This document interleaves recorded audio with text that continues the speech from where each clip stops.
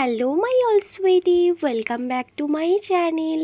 আজ আমি এক্সপ্লেন করব enemies with benefits final episode part 2। এপিসোডের শুরুতে লান আর খুন ওয়াইনকে দেখায়। ওরা দুজন একটা ক্যাফেতে যায়। দেন খুন ওয়াইন ভীষণ টেন্স হয়ে লানকে বলে, লান আমরা ফিরে যাই চলো না।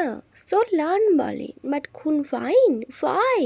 সো লান বলে, অ্যাকচুয়ালি আমি বুঝতে পারছি না আমি কি বলবো। লান বলে, খুন ওয়াইন তোমার ভয় পাওয়ার কোনো নিড নেই।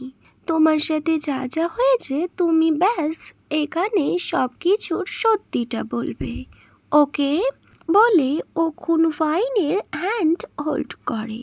আর তখনই সামনে বসে থাকা লেডিটা টার্ন ব্যাক করে আর যাকে দেখে খুন ওয়াইনের ফেস ভীষণ সিরিয়াস হয়ে যায় আর উনি একটু ভয় পেতেও স্টার্ট করে। তখনই সিন ফ্ল্যাশব্যাক দেখায় যেখানে খুন ওয়াইনকে বারবার হ্যারাস করছিল আর ওকে ব্যাড টাচও করছিল। দেন সিন আবার প্রেজেন্টে আসে আর ওই লেডিটা খুন ওয়াইনের হ্যান্ড হোল্ড করে আর বলে, আই এম সরি, আমার হাজবেন্ড যা কিছু তোমার সাথে করেছে তার জন্য আই এম সো সরি খুন ওয়াইন। তখনই লান বলে, অ্যাকচুয়ালি আমরা বুঝতে পারছি আপনার হাজবেন্ডের জন্য আপনার ফ্যামিলি ঠিক কতটা সাফার করছে। ওয়েল বাট আমরা কোনোভাবে সফট হতে পারবো না। তখন ওই লেডিটা বলে, ওয়েল আমি এখানে এসেছি আমার হাজবেন্ডের জন্য বেকিং করার জন্য না। এটা শুনে খুন ওয়াইন আর লান ভীষণ সারপ্রাইজড হয়ে ব্যাস তাকিয়ে থাকে। তখন ওই লেডিটা বলে, well as a mother as a wife আমি ওকে কখনোই ক্ষমা করতে পারবো না। দেন ওরা একে অপরের সাথে কথা বলে আর একে অপরকে কমফোর্ট করতে স্টার্ট করে। লান তো ব্যাস খুন ওয়াইনের দিকে তাকিয়েছিল।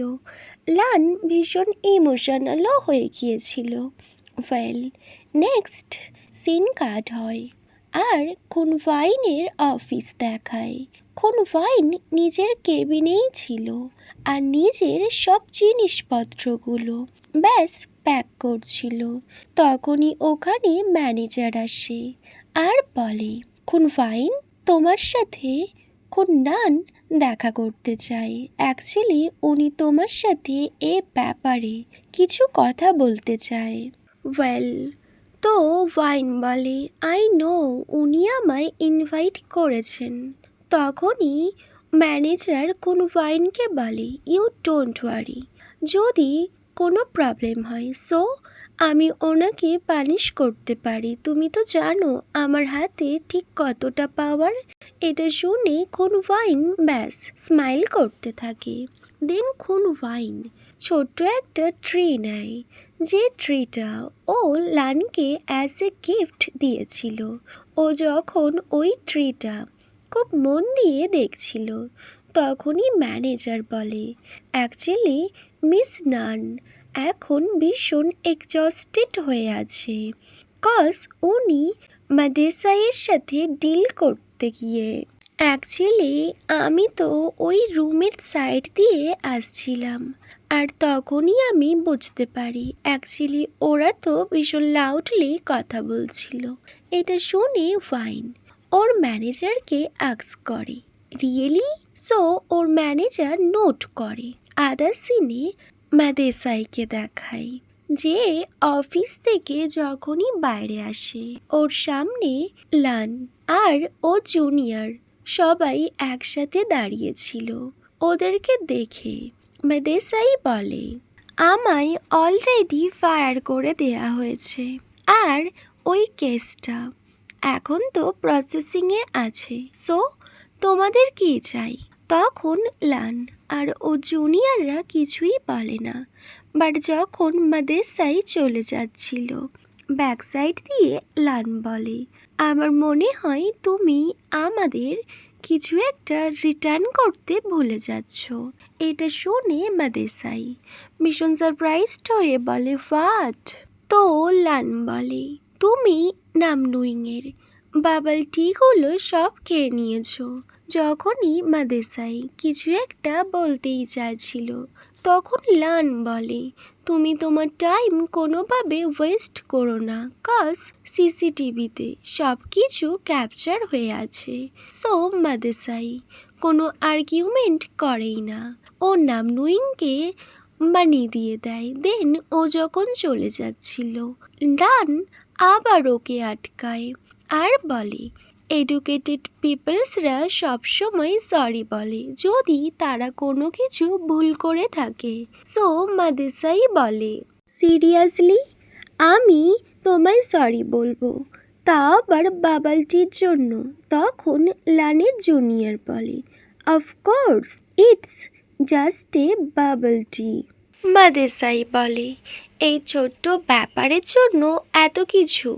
তখন লানের জুনিয়র বলে, সো তুমি নিজে থেকে কেন ওগুলো বাই করতে পারো না? মাদেসাই তখন বলে, তোমরা তো অনেক বড় বড় ডিল করো, সেখানে এইটুকু একটা deal?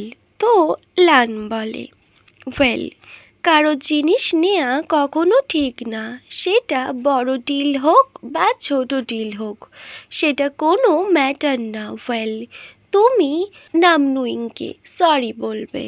LAN, are you crazy? তো লান বলে, আই এম নট।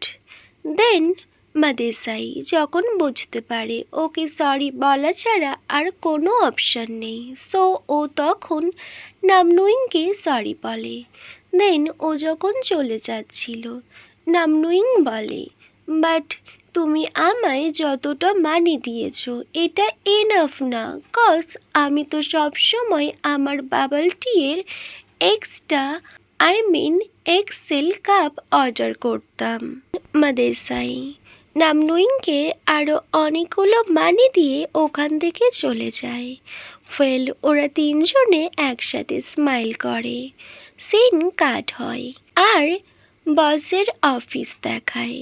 ওয়াইন তো ব্যাস বসের দিকে তাকিয়েছিল, বস কিছুই বলে না। ওয়েল, তখন ম্যানেজার বলে, ওয়াইন, ইউ ডোন্ট ওয়ারি, ওকে? আমরা সবাই ওই কেসটাকে ঠিকই হ্যান্ডেল করে নেব, আর কোম্পানি তোমাকে কম্পেনসেশনও দেবে।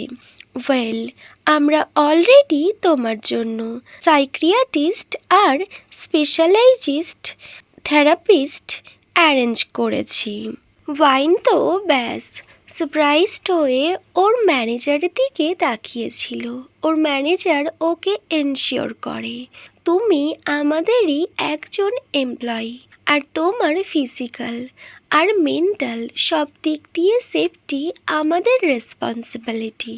ওয়েল, তখন বিগ বস খুনওয়াইনকে বলে, ওয়েল, তোমার পার্সোনাল রিলেশনশিপ আছে আমাদের হেড অফ সেলস ডিপার্টমেন্টের সাথে। ওয়েল, আমি এমন প্রিটেন্ড করব লাইক আমি কিছু জানিই না।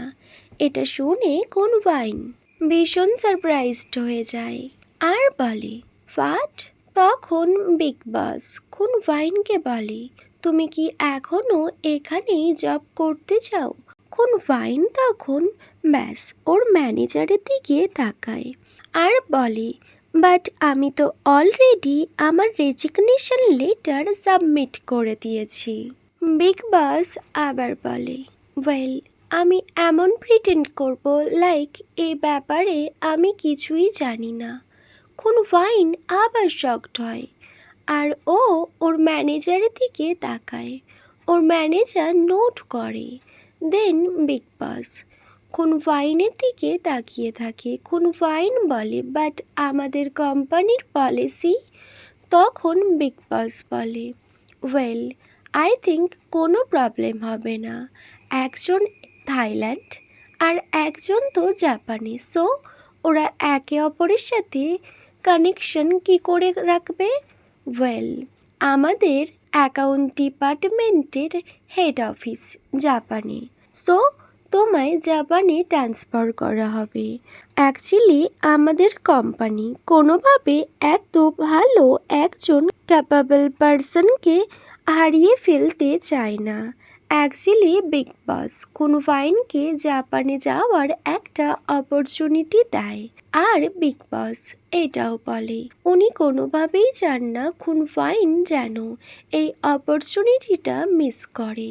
খুনফাইন তো ভীষণ সারপ্রাইজড হয়ে যায়, কজ অফিসে তো ব্যাস টুইস্টের পর টুইস্ট, কোথায় ও কি ভেবেছিল আর কোথায় এখানে কি হচ্ছে।